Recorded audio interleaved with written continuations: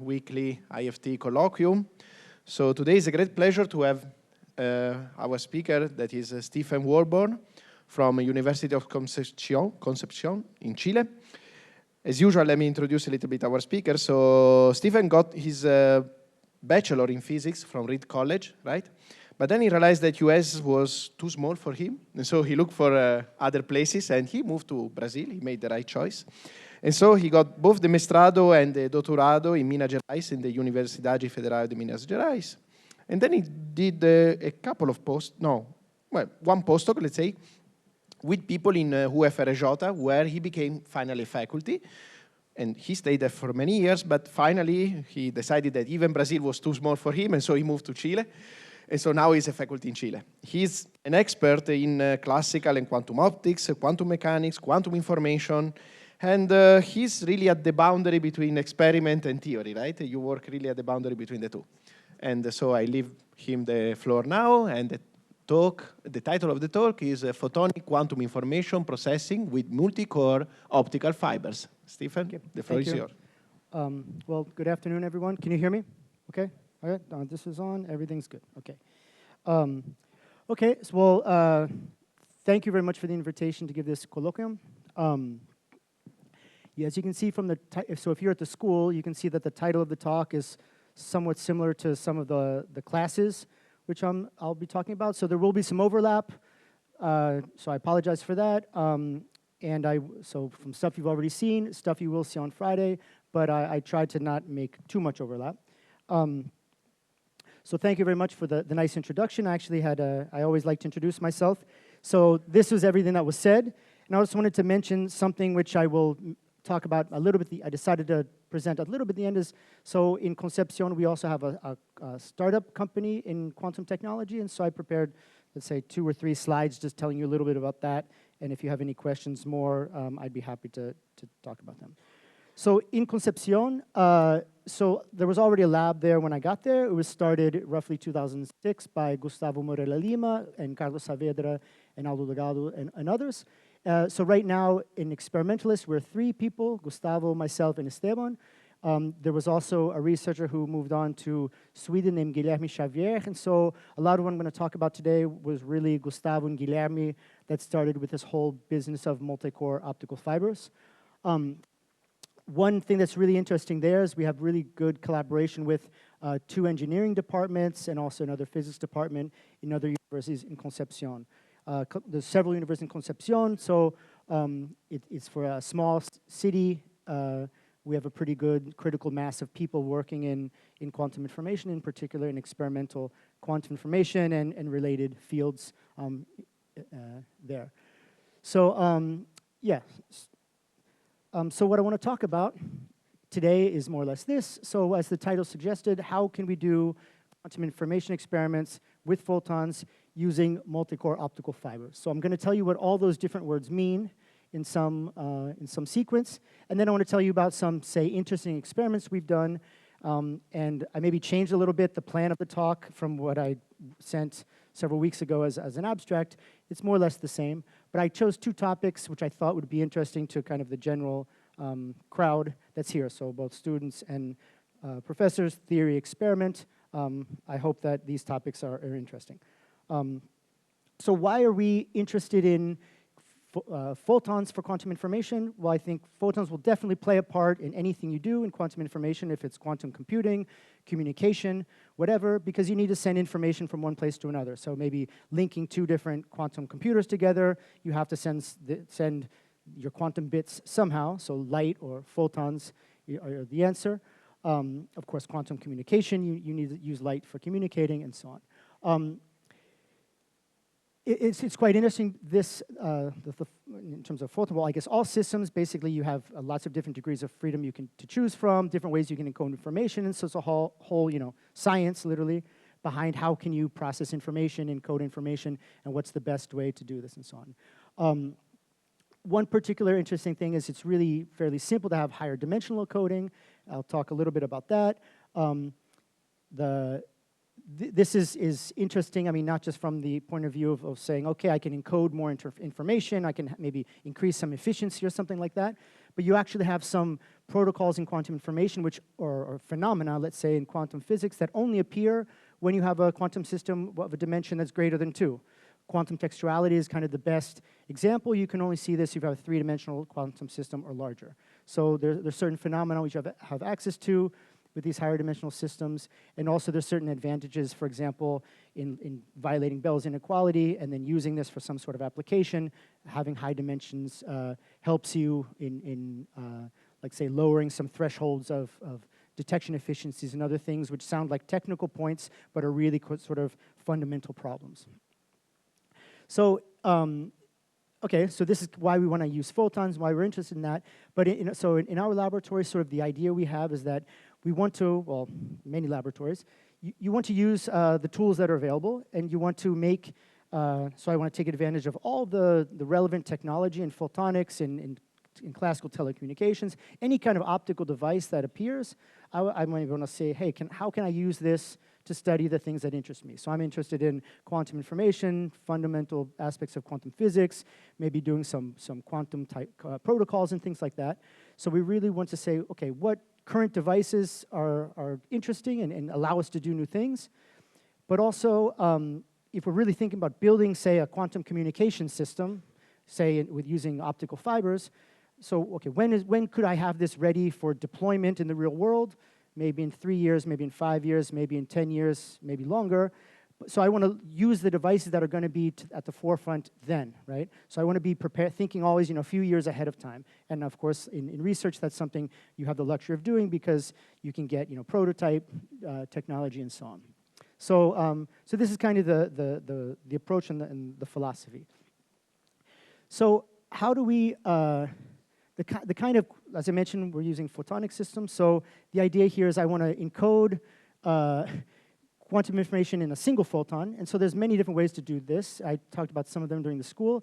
But our idea is here. So I can prepare, say, a single photon state in some way or approximate it. And I can basically, if I have 2 different spatial modes, so these can be just 2 different propagation directions or 2 different optical fibers or 2 different waveguides, whatever you want. And I can put the photon in one of them, or I can put it in the other one. And so I can define, this is a 2-level quantum system. I have the 0 state and the 1 state. I can, of course, put the photon in a superposition of the 2 modes, like with an interferometer. And so this is, really well-functioning quantum bit. And so this is kind of the basic idea. And of course, this is one way you can do it. There's many others.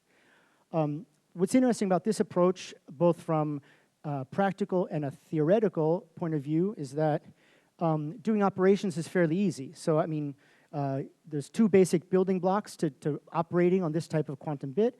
One is to do a phase shift. So basically, you put some sort of a piece of glass or whatever you want in one of the modes, and you put a phase. So it's something that adds a little bit of optical path length, a fraction of a wavelength to one of the modes, and I can do this operation. And the other basic building block is a beam splitter, which again is a fairly canonical device in optics, in which say, a photon coming in one direction gets split in 2 according to some transmission and reflection coefficients. And of course, I can take a photon that's in the original 0 state, and I can put it in a superposition of being in both outputs, which I can also label as 0 and 1. And of course, the 1 state does the opposite, and this is unitary, and so on. So this is your 2 basic elements. And so I may have a slide in a few moments that shows you how, with just these 2 elements, you can construct big universal information processing devices with just these 2 basic elements. So this is really nice in practice. I only need to buy 2 different things in the lab, technically. But these are still single qubit gates, let's say in that language. Yeah, so right now this is, so with these I can construct single qubit gates, but I can also construct a d-dimensional unitary acting on a d-dimensional system defined, say, d of these modes, right? So yeah, so you can go more, if I want to do, say, suppose I have 1 photon, and this is a good comment, thank you. If I have 1 photon and I define a qubit in 1 photon like this, and I take another photon and I have a second qubit, and I say, okay, how can I do like a controlled operation? How can I do a controlled knot or whatever? I have to do some clever tricks interfering these photons and doing some post-selection, or I need some sort of optical nonlinearity. And so the story gets ugly really quickly, but in principle, you can do it. Yeah, so just with linear optics, with linear optics, as long as I'm in this momentum mode encoding, so single photon. In these momentum modes, I can do a lot of things. Yeah, so of course, nothing prohibits me from defining more modes, so I can define D or N states, right? Just defining more waveguides, more spatial modes. Yeah, so as I mentioned, so if I can have each spatial mode propagating, in some direction on my optical table, I could couple each of them into a single mode fiber. I could couple each of them into a different waveguide. I can do lots of things. But what we're interested in is using these momentum modes in, say, next generation optical fibers. So in telecommunications, you have basically the backbone of long haul communication systems is the single mode fiber.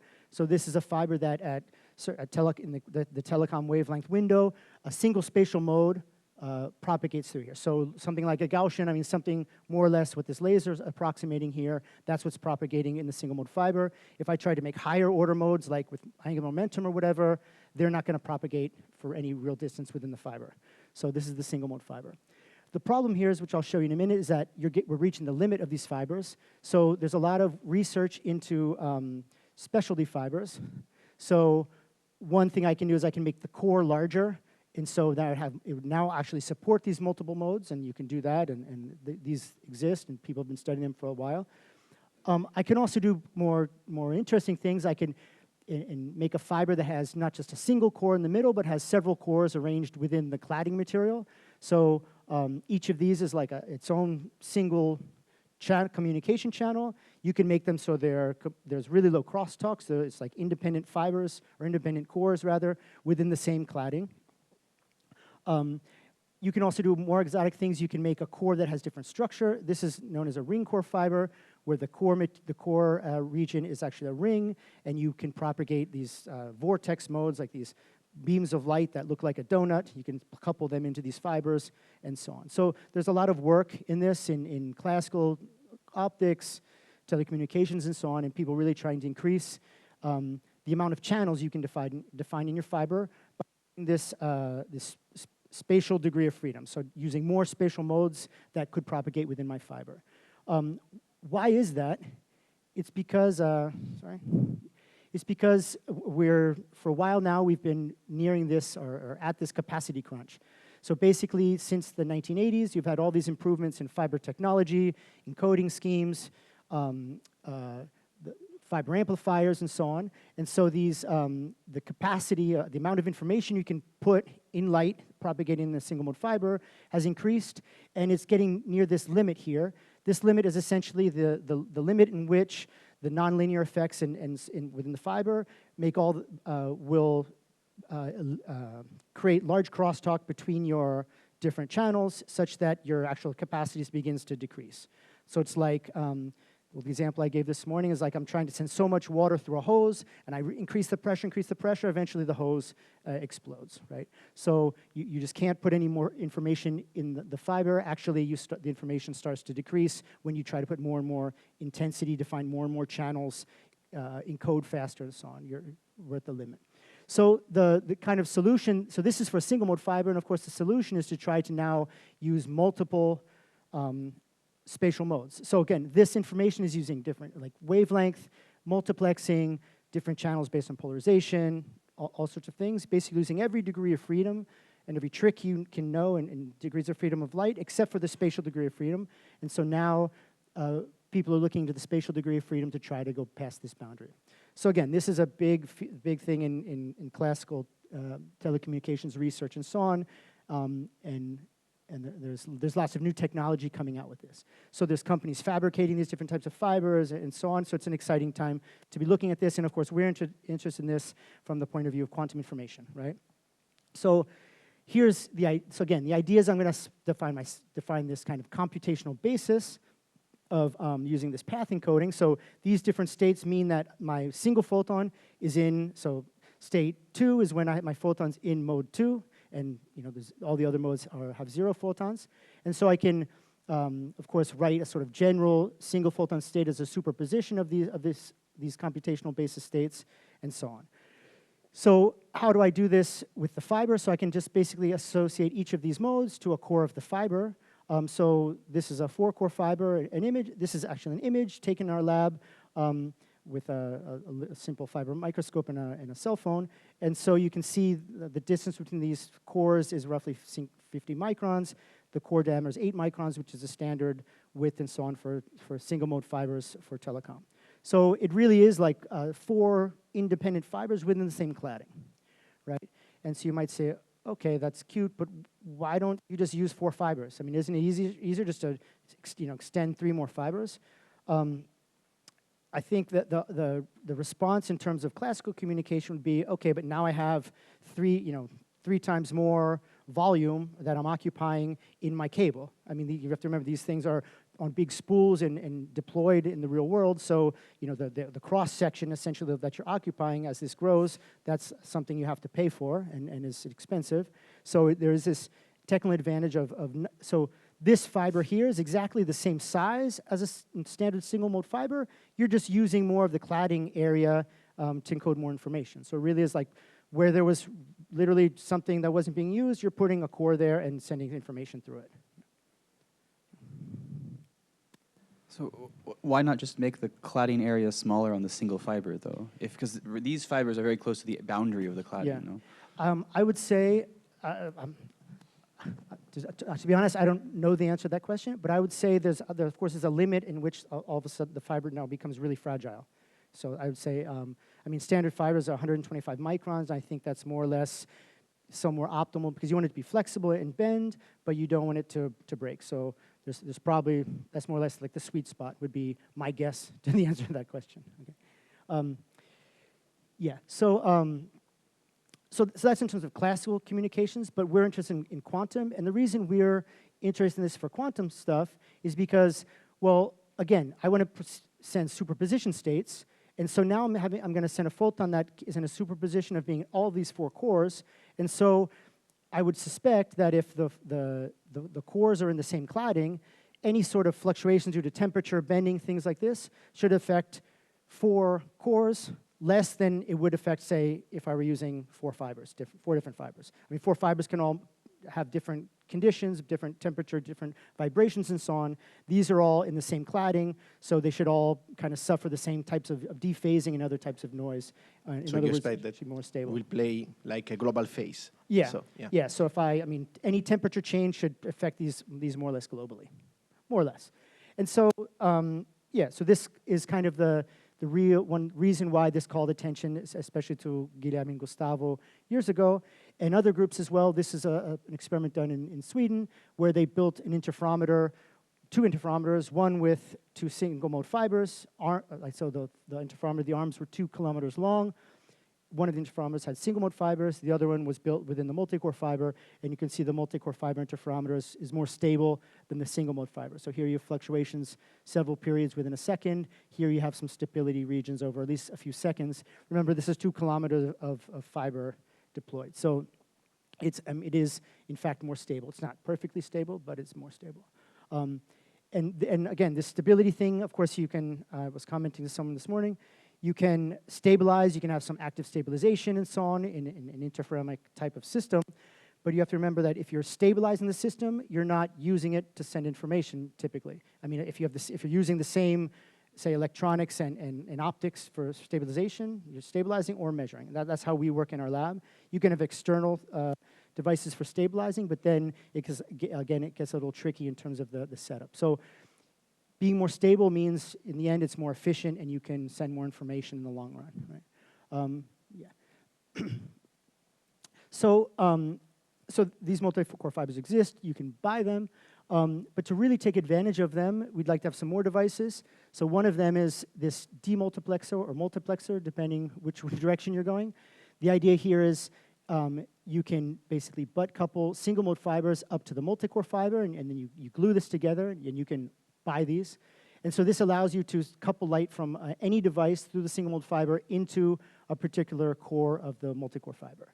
So this allows you to connect this multicore fiber to standard fiber coupled detectors, to amplifiers, to phase modulators, to any kind of technology that is built for single mode fiber. So this is quite important, and the good thing here is you can do this really efficiently. So the loss here is quite small, and it's a really important device to have.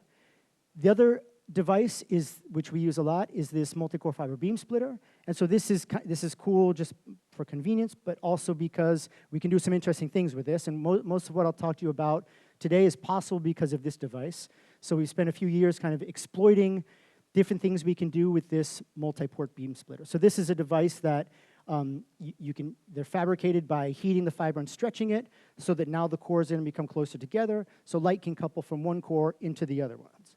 So, and again, this is, as I mentioned, a multi-port, which is also studied for many reasons in quantum information. So it allows you to do some interesting things. So in our lab, we bought some of these, and they were characterized. Basically, to tell you so doing some quantum tomography, you can basically measure experimentally what the unitary operation associated this beam splitter would be, right? So it's a 4x4 matrix. You can then kind of look for, say, the theoretical matrix that's closest to something like this, right? So you can do this with several of them. You would have, say, several estimates of what this looks like. And it turns out, really conveniently, that the closest theoretical matrix to this experimental one is this, which is known as a Hadamard matrix. It's a real Hadamard matrix right here. So this is something that has some nice properties, and it's well known and so on. So the reason this matrix comes up and not other ones, and there's some theoretical models that explain why this is it's because of the symmetry that you have here within the four cores. I'll show you another matrix later that you don't have this nice symmetry, and the unitary looks like something, something not with a nice name. So of course, you can use this to make superposition states. As I mentioned, if I send light in through core 0 of the beam splitter, a single photon, the photon comes out in a superposition of the 4 cores. Okay, and of course the reverse would be true. So I mentioned these multi-ports are interesting for many reasons. They're known to be also universal devices for building unitaries, and they're actually a little bit more efficient. So there's several papers showing how you can use these multi-port beam splitters to build different unitaries, how you can do this more efficiently, and other properties. So it's interesting to have a device like this in the lab, and so on. And they're not so common, right? Because if you're trying to build this on a chip, because of the two-dimensional structure of a chip, it's hard to interfere more than 2 modes. There are some work on chips in say, laser-written waveguides where you can use kind of a more 3D structure, but still, it's not so easy. Here we suffer from the same problem, but we have this in fiber, and of course, we can connect it to our fiber infrastructure, so we're with the fiber. So what we did with this first was, so if you have beam splitters, you say, okay, well, let's build an interferometer. So this is the device we built. It has 2 beam splitters, so you have making a 4-path interferometer. So in the beginning and the end, you have these demultiplexer devices to couple light into the beam splitter and then to couple out of the beam splitter and into 4 detectors. So here in the middle, you see that we couple light out of the multicore fiber through the demultiplexer device into some single mode fibers. And what's here are phase modulators. And the reason we do that is because there's no technology currently that allows you to modulate the phase of each core separately within the device. We want to use this to create quantum states and to prepare quantum states and measure quantum states. And so the kind of programmable parameter which we have in this setup are the phases. And we want to be able to do this with a lot of control. We want to do this really quickly, so we want to use standard telecom phase modulators, which can operate in tens of gigahertz if you have the money to buy them. And so, unfortunately, to really use this, we have to couple into these single mode fibers here. But again, this is so this device is shown here is kind of a generalized prepare and measure device. It's what we call a back-to-back device. So like my state preparation right here is right next to my my measurement device. But of course, I can insert some sort of interesting thing here, like a channel. I can go from my single mode fiber back into multicore fiber and send my photon over multicore fiber and then back into the measurement device. I can put other things here in the middle, and I'll show you a couple examples. So this is kind of just the benchmarking of the preparation and measurement. So this was built. The input, we do experiments also with single photons prepared from down conversion, but in this particular setup, it's just a attenuated laser, so it's attenuated below, a fraction of a photon per pulse on average. Especially because of this section here with the single mode fibers, you have to stabilize the phase actively. So if you stabilize the phase and you align everything correctly, you can have really high quality interference. So we can get almost 100% interference with these beam splitters, which was really critical to do some experiments, which I'll show you in a few minutes. So this is the kind of data you can take. So this would be like typically what you would do in the lab. You turn on the device. Here, the phase stabilization is turned off, so you can see that the counts at the 4 detectors are oscillating kind of wildly. And then the moment you turn on the stabilization, you see that you get to a constant detector count. So the stabilization works that it maximizes the count rate at detector 0 and minimizes the count rate at the other 3 detectors. And so the system does this automatically. It works, say, every 100 microseconds. It sort of stabilizes 100 microseconds, checks how it's doing. If it's poorly, it continues. If it's okay, it will go to a measurement stage.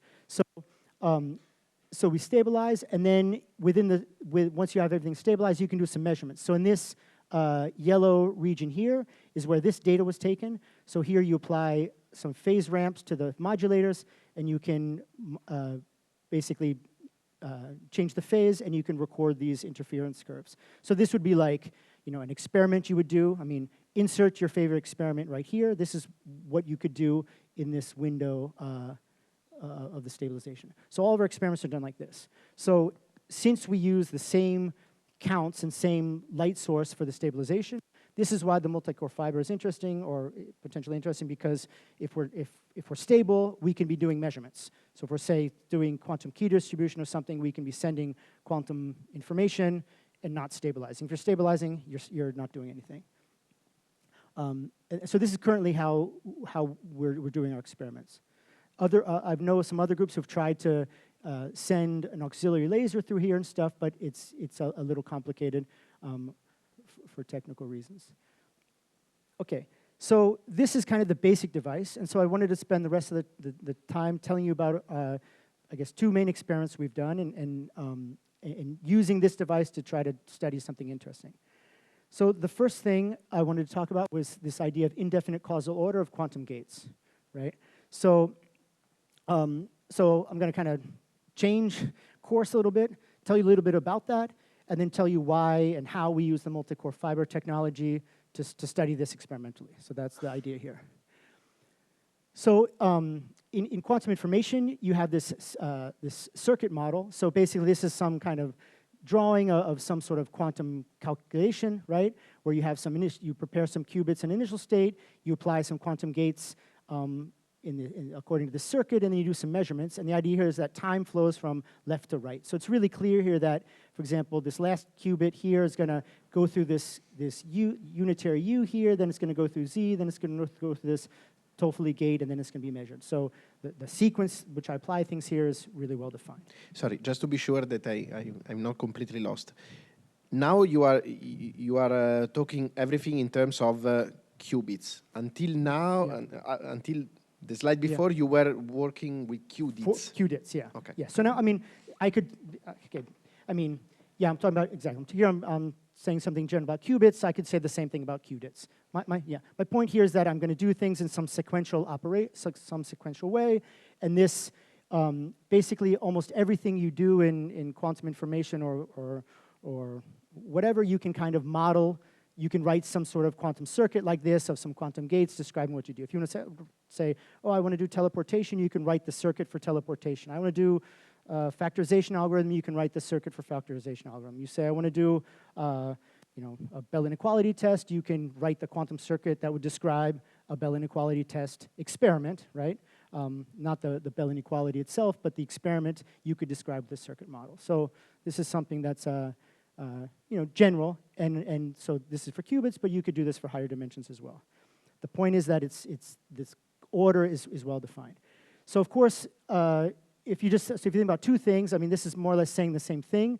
So typically, the operations are causally ordered in the sense that I have a quantum state, I send it through A, then I send it through B, and then it comes out. I could do the reverse, of course, send it through B, then send it through A, and then it comes out. But what was discovered, roughly say 15 years ago, is that because you can put your quantum state in a superposition of places, right? You can send it coherently through different sequences. So I could take my quantum state, put in a spatial superposition, send it through A, then B, or send it through B, then A, and I can do this in superposition. So it's not the quantum information itself that's in superposition. In effect, it's the order in which I'm applying these gates is now in quantum superposition. So this is like having a quantum circuit. It's like doing the superposition of two quantum circuits. Essentially, one of the circuits is A, then B. The other is B, then A. So it's like a coherent routing of a photon or a quantum system through these two gates.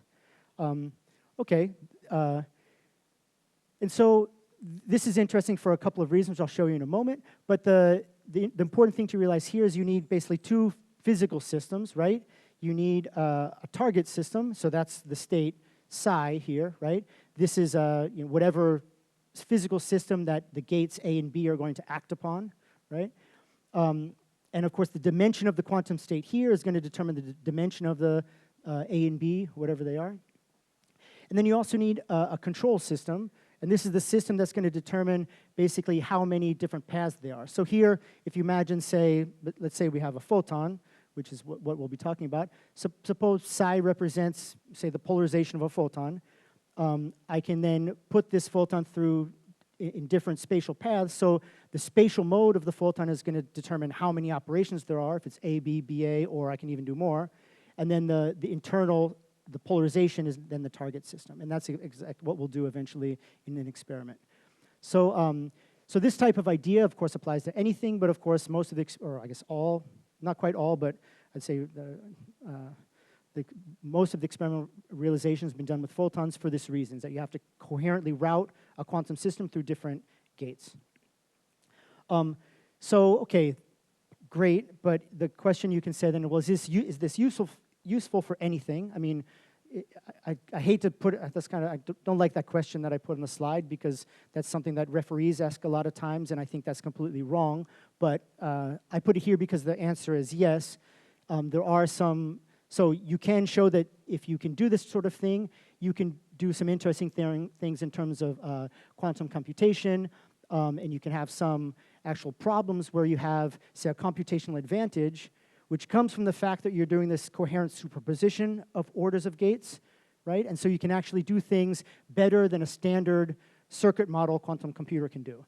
And these are kind of toy models, toy tasks, right? But it's still, this is how all of this stuff starts, right? So, so there is something here related to, say, computational complexity in some sense and things like that. There's also some applications in communication complexity, which have been shown, enhancing communication through noisy channels and so on. And also, it's linked to, say, some fundamental things like being able to invert, do say, time reversal in some systems and so on. So there's a number of different cool little applications or which maybe are not useful at all, but are at least interesting to those who are interested in it.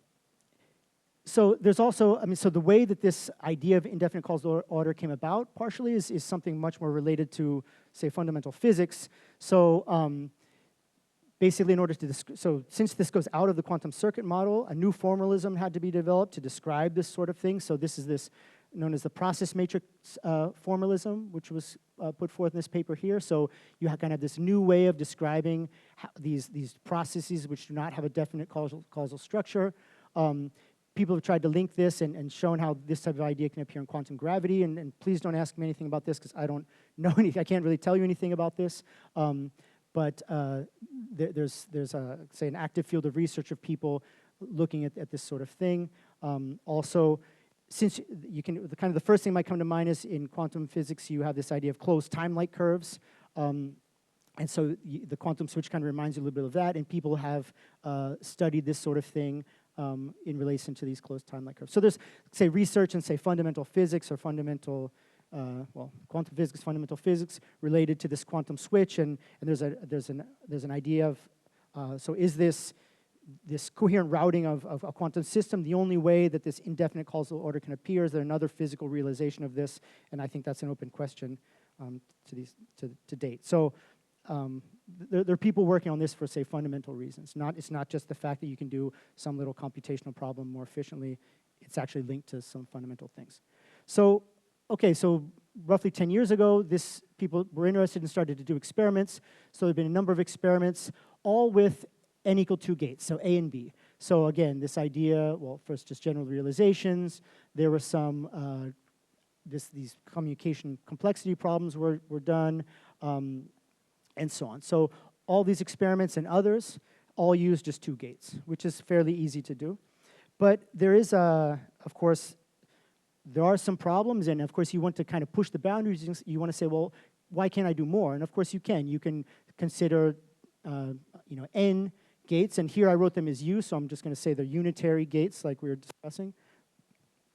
And you can consider, okay, well, different ordering, so this black line, which kind of follows them sequentially. You consider this green line, which has some other ordering, and so on. And you can make all the ones you want. There's, of course, n factorial possible permutations of the n gates, so that's kind of the limit. And so the device that would kind of realize this coherent ordering of the things is called a quantum n switch, right? And so this is something that's fun to try to do, right? So one of the problems, or one of the ways you can kind of prove that you did this, right, is you can look to solve one of these toy problems, right? So this is, so Araujo, Costa, and Bruckner in 2014 showed this idea of computational complexity or computational advantage. And the toy problem which they proposed was this. It's called the ACB promise problem for the 3 authors. And the idea is the following. So you know this quantum switch is going to implement different permutations of these gates, right? And the promise is such that the permutation pi x, here the permutations are defined as different sequences of the unitaries. So the permutation pi x is equal to this complex number omega to the power xy times the original sequential ordering. So basically, if I take the ordering of the gates pi x and I commute all of the gates and so on until I get to the standard numerical sequence pi 0, I gain a product of phase factors, which in the end is equal to this omega xy, where omega is given here. And so the promise is all of the permutations obey this relation, and where x is determined by whichever permutation it is, but y is not given. And the problem is, okay, here's the permutations, find y. And so that was this promise problem which they proposed. And they were able to show a few interesting things about it. One is that with the quantum switch, so implementing this coherent superposition of the orders, you can solve this with n gate queries. That means that your photon in your quantum system is going to pass through each of your quantum gates just once, right? So you're going to probe each of them one time. And so if you say, okay, well, how could I do this if I have to do a fixed order of the quantum gates? You can show that you need something like n squared gate queries. So the quantum switch, this coherent ordering, gives you a quadratic advantage compared to your standard quantum computer model, right? One characteristic of this is that, so this ACB algorithm using the quantum switch requires that the target system it has a dimension that's a multiple of the dimension n factorial, right? So this is the reason why no one solved this problem for more than 2 gates, because even if you go to 3, you now need a 6-dimensional quantum target system, and so that becomes quite difficult. So even for, say, 3 different routings, you now need a 6-dimensional internal degree of freedom of whatever, or target quantum system, whatever that may be. So that's a problem. Yeah. Okay, so a few years ago, we published a paper in collaboration with a bunch of people. So this is an experiment. This is theory and experiment. The theory was done by a bunch of different people, in particular Leandro Lita and Marcio Tadei, and the experiment was done in Concepción. And so when we did this experiment, we implemented a switch with 4 paths, or with 4 unitaries, using these multicore fibers, as I showed you before. So this is where the multicore fiber enters in this discussion of indefinite causal order. And so, as I said, in order to realize the ACB algorithm, the problem is you need, so when you realize this in the lab, you realize, okay, I need a beam splitter or some sort of device that's going to implement a matrix that has elements that are proportional to these phase factors here, omega x, y. And so this, if you looked at what omega looks like, you see this is essentially you need to perform a Fourier transform somewhere in your device, right? So we said, okay, well, we have this 4-core beam splitter. It doesn't do a Fourier transform. It does a Hadamard transform. Can you define a similar promise problem using such that it maps into this Hadamard matrix somehow, instead of mapping into a, say, Fourier transform matrix? So that was the question, and that's something Leandro and Marcio worked out. And so, yeah, we want to do something that we can use this device instead of a Fourier transform to realize an experiment. So what they came up with was what we call the Hadamard promise problem, which was essentially the same problem, right? Exactly the same structure, just these phase factors here, mxy, which are going to appear, are going to be equal to plus or minus 1, which are exactly proportional to the elements of our Hadamard matrix. And so it's a similar promise, and it's the same problem. Find the value y. So you know what x is, and you want to find the value y. And so interestingly, so this is a little bit more, seems more simple, but interestingly, you can show that the same quadratic advantage over fixed order quantum computation is still valid. And the really good thing is that this allows you to work with a target system that has even dimensions. So it can even be as low as 2. And that's independent of how many gates you have. So it decoupled the target dimension from the number of unitaries. Sorry. Yeah. So this is good news. So we did this experiment in Concepción. So here's, say, 4 different unitary devices. They're right here. So these are basically wave plates, which are going to rotate the polarization of the photon. We use multicore fiber optics here. So here are multicore fibers in the setup. And so the idea is that since you have the 4 cores, you can send the photon, the photon has, say, 4 different chances to go through A or B or C, and you can do this in different orders.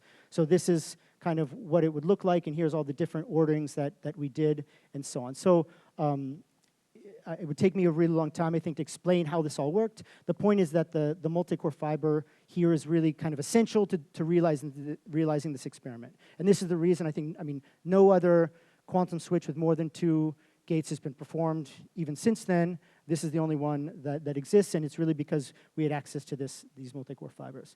So this is, we like this very much because it's something that this new technology, say a fundamental experiment, something linked to some fundamental questions perhaps, but it's something this new technology made possible. So let's see. Okay, I guess I have this long sequence of things, which is perhaps, the point is, so we basically do that same experiment, which I showed you of the interferometer. So the interferometer here would be composed of the black and gray boxes, so the demultiplexer, the beam splitter, and so on. And then we put this 4 switch, which I showed you a photo of here in the middle. So this is, it's basically, we take unplug some fibers, plug the quantum switch in, and do an experiment. So this is, so here's the quantum switch back here in the lab. It's all built on here with some polarization optics, and then the rest of it, the experiment, is all here, and there's a lot of controlling the polarization of the light and so on. So yeah, so here's basically experimental results right here. So the point here is that we're able to implement, say, so as I mentioned, you have to choose different unitaries, right? And they have to satisfy this promise. So there's different groups of unitary operations you can choose. So here's some different tables of unitaries that were chosen such that this promise was fulfilled. And basically the problem in these cases, okay, I know that I have, say, this table of possible unitaries that are being implemented, which column is the one that was actually implemented? And so that's kind of the problem. And so here are the different results, and we're able to determine this with some success probability like 95% or something, which is because we have pretty good interference visibility and so on. So again, this is this demonstration of this toy task for this.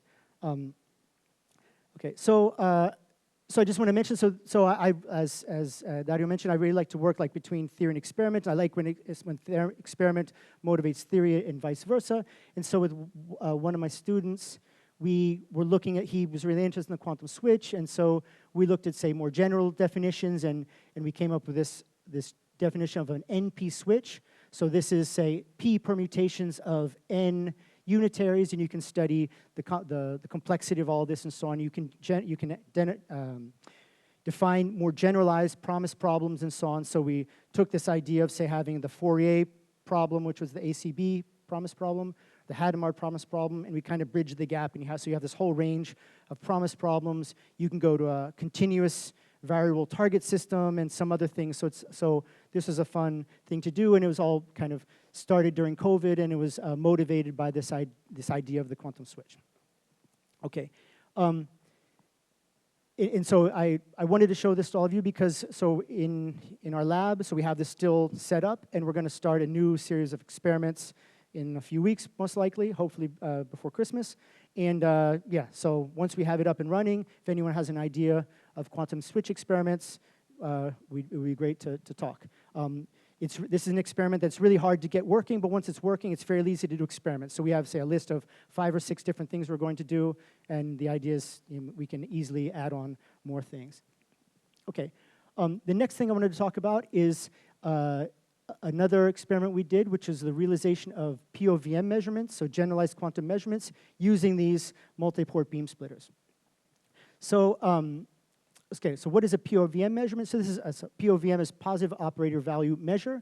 It's just a measurement, a quantum measurement that doesn't necessarily have to be a projective measurement. So you don't need to have the same number of output results as the dimension of your system.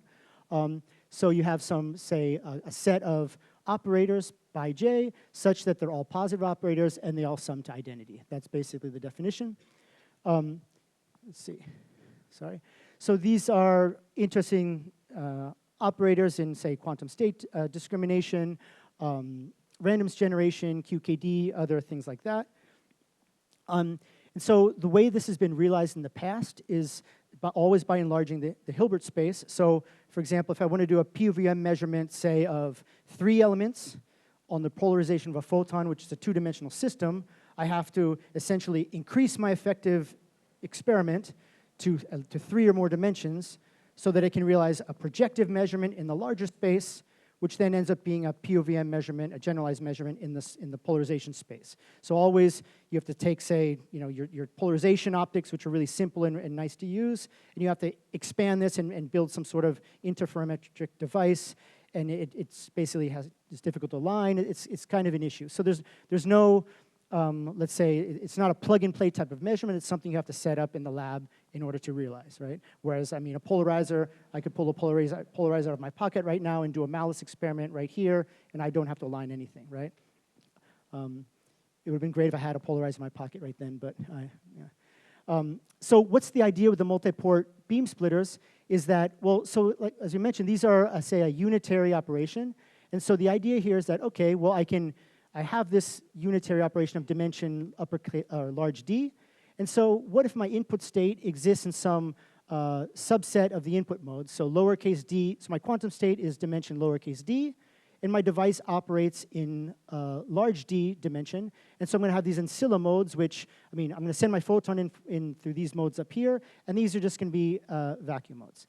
But the photon, when it comes in here, has some probability of coming out of all of these uppercase D outputs. So I have more measurement results than the dimension of my system, so this is a POVM measurement in general, right? So any unitary you have can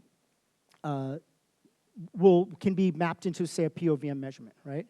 So, so for our situation, we have multiport beam splitters, which can act in some dimension. And so if you think, okay, what kind of freedom do I have here in terms of permuting this around? I have, so if I have a single uppercase D device, and I can choose lowercase d different modes, I then have this many possible different POVMs I could implement just by rearranging how I connect my quantum system to my measurement device, right?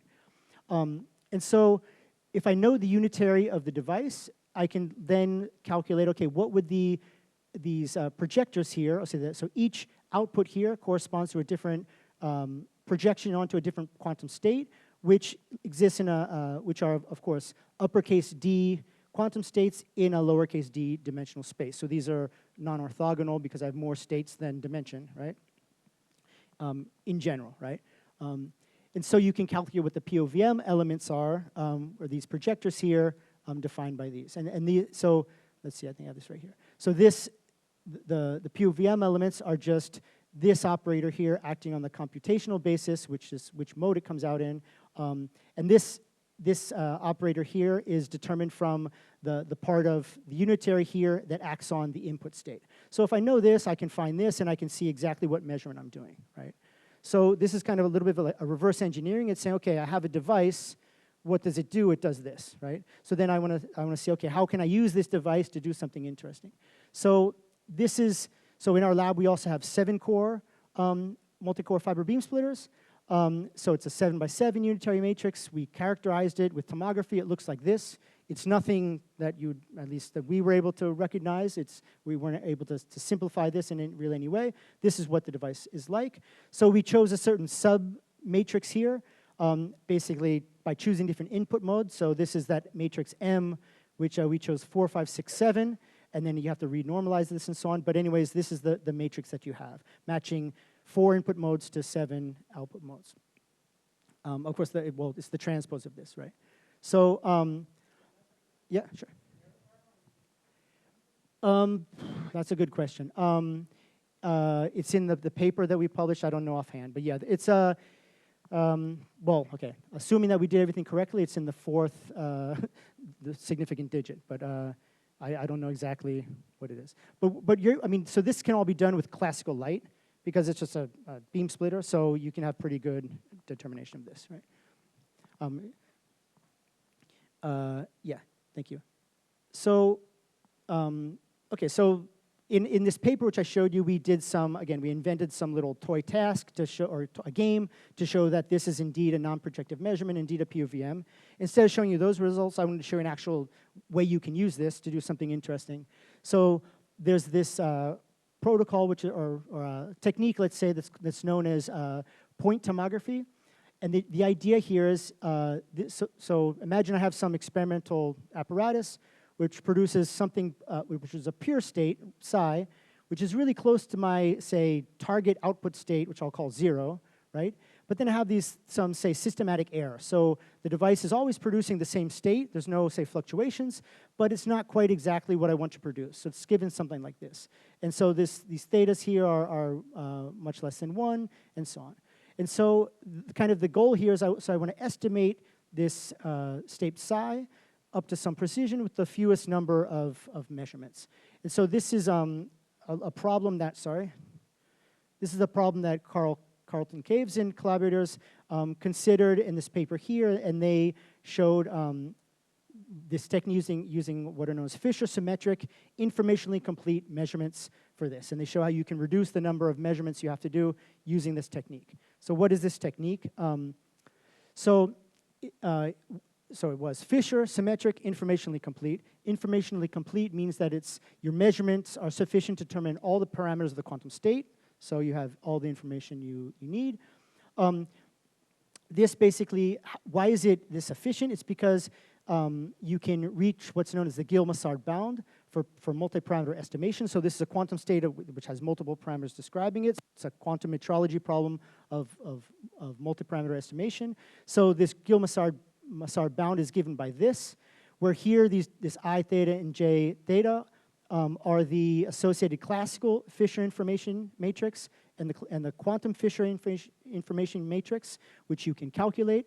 And of course, in quantum metrology, you have this Kramer-Rao bound, or this quantum Kramer-Rao bound, which tells you that the covariance of your measurements, essentially your uncertainty, your measurement uncertainty, is lower bounded by the inverse of the classical Fisher information, which is lower bounded by the inverse of the quantum Fisher information. So of course, you want your uncertainties here to be as small as possible, and the smallest you can go is given by this matrix here. And so if your experimental apparatus satisfies this up here, right, then you've reached this Gil-Massar bound. So what Caves and collaborators showed is that, so if you have these information complete Fisher symmetric matrices, and I'll say what Fisher symmetric means in a moment, you can basically, using 2D minus 1 rank 1 PVM, so rank 1, so these are POVM constructed of rank 1 projectors. You can have 2D minus 1 of them versus 4D minus 3, which would be compared to, say, the best known case of just estimating a state that you know that happens to be pure, but you don't know anything more about it. So, so you have this, say, reduction in the number of measurements you have to do. And so these are the types of, these are, say, the POVM elements you have to implement. And so they call these Fisher symmetric because you have it that for each xi here, you have that this, the sum of the products of the different coefficients here sum to 0. So basically, to show that it's Fisher symmetric, you have to show that these coefficients go to 0, or in other words, the norm of this matrix of the coefficients goes to 0. So this is in this article by Caves and so on. And so what we wanted to do was implement this using our POVM, so which we did. So here's basically what the experiment looks like. So we have state preparation in the 4-dimensional space of our 4-arm interferometer. So we can produce some state like this, right? And then we basically can connect the different fibers to the input to a demultiplexer that's now with this 7-core beam splitter. So we create a state with the 4-core beam splitter, and we project, or we do the measurement rather, with the 7-core beam splitter. So we have 7 output results, right? And so, just to like make the long story short, oh yeah, okay. So I mentioned that you want it to be Fisher symmetric. You want this, the norm of this matrix to be 0. Our POVM is not a Fisher symmetric, strictly speaking. The norm is 0.63, but so you say, well, 0.63, is that small or large? How does that rank compared to your average 7-element rank 1 POVM? It's less than the average. So basically, you can do a random sampling of all the possible rank 1, 7-dimensional rank 1 POVMs, and you get this number here. So we're less than that, so it's pretty good. It's not quite Fisher symmetric, but pretty good. And so our results, what we're able to show is that we can, with this POVM, actually implement a measurement that's not quite at the Gil-Massar bound. So for the state estimation of a certain state, you would expect the infidelity, which is 1 minus the fidelity, the infidelity to decrease with the inverse of the number of experimental realizations you do, and that would follow with a slope given by the 3 for the Gil-Massar bound. It was d minus 1, so our dimension's 4, so the slope is 3. Given that our measurement is not exactly Fisher symmetric, our bound is 3.8. And then, of course, because an experiment is never perfect, we obtain something like 4.3. So we follow the general tendency, but it's not quite at this bound. So at any rate, this shows you kind of the utility of being able to do this POVM measurement. You can, with these 7 results, you can completely estimate this state, which, I mean, isn't maybe not so general, but you have some information about it. And so maybe for dimension 4, it's not such an advantage, but if you imagine going to higher dimension, having even a reduction in half of the number of measurements is nice. Okay, so it's 3 o'clock. I'm pretty much finished. I just wanted to tell you, if you bear with me for, say, 5 more minutes, about like an adventure which we're currently on in Concepción, which is trying to commercialize quantum technology. And so this will be 2 minutes. Let's say 3 minutes of me talking. So as I mentioned, we have this startup company which started in 2020. It's a spin-off from Universidad of Concepción together with Universidad of Gdańsk. And the reason that is because they have a joint patent on a quantum random number generator. So this is kind of the first goal of the company was to build this self-certifying quantum random number generator. Again, this is something that's based on all this research that we've been working on, or members of the company have been working on for more than 20 years. It's a big team effort, and it's a big, say, learning experience because, I mean, I have my education as a scientist, a physicist, and then you're thrust into, say, business meetings and things like this. It's like a shock to how things work in a way that we're not used to, right? So what's the general idea? So we have basically an interferometer which we operate in the quantum regime, and we operate in such a way to do a randomness generation protocol that's self-certifying. So this is kind of like what the concept would look like. So this is research from, roughly mid-2000s to 2019. During COVID, everyone was working at their house, so one of our technicians actually built kind of first device on this breadboard, which he would operate on his desk, or sometimes when it was really unstable, put on top of his bed to stabilize it optically. So this is what it first looked like. Then when we got back into the university in 2021, we made a first prototype. Then in 2022, we had, say, the first commercial version, so there's actually companies that use this now. Then we moved into a better commercial version, which has some technical specifications that you need to actually go into, say, data centers and so on. And then now we're working on a full chip device, which we should hopefully have ready next year. So basically, the technical part of the company was evolving this thing. And so the Universidad of Concepción is actually has a strong relationship with the lottery in Concepción. So our kind of first, say, funding and first client was from the lottery. So our device has been used in the lottery raffle since February 2022, starting with the Keno raffle, and now, or sorry, the Keno 5 raffle, and now it's in all of their games except for one, which they do on the television with the balls jumping around in the tumbler. So all of their lottery of Concepción stuff is done with our device. And so to be able to use this in a lottery, you have to be certified by, say, different companies, one of which is GLI, Gaming Laboratories International. So they take your device and analyze and so on and give it a stamp that it can be used for that. So that was kind of our first thing we did. We now have, like, we have some, say, clients in cybersecurity, and we're trying to do things in other, say, market sectors as well, if you will.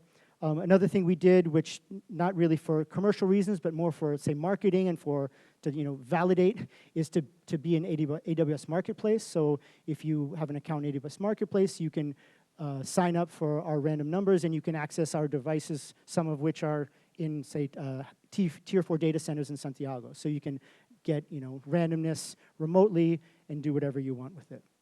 And so just like so this is kind of was a really important thing to do, because when you send someone an email, you meet someone, you say, oh, we're from a company in Chile, they start to walk away, and then you say, oh, well, we're on AWS Marketplace. They say, oh, really? And then you can have a conversation. So it's important to be there, sort of a stamp of validation. Okay, that's all I wanted to say about that. If you have more questions, I'd be happy to talk about it. Okay, so I'll just go to kind of what the take-home message here is. So these photonic systems are fun and important for quantum information processing. We're interested in this multicore fiber technology. We have other experiments in, say, QKD and so on, which I didn't mention. I focus mostly on these two. And so this idea of the quantum switch, again, we're going to do more experiments with that. So if you have any ideas, I'd love to hear from you. Also, the POVM we have in our lab, we can do things with this. So again, if you have anything, there's anything you think is interesting to do with a 7 output POVM, we can talk as well. Yeah, so that's it. Thank you.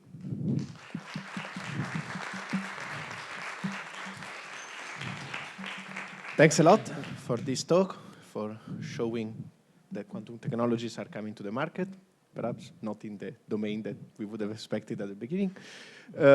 Questions?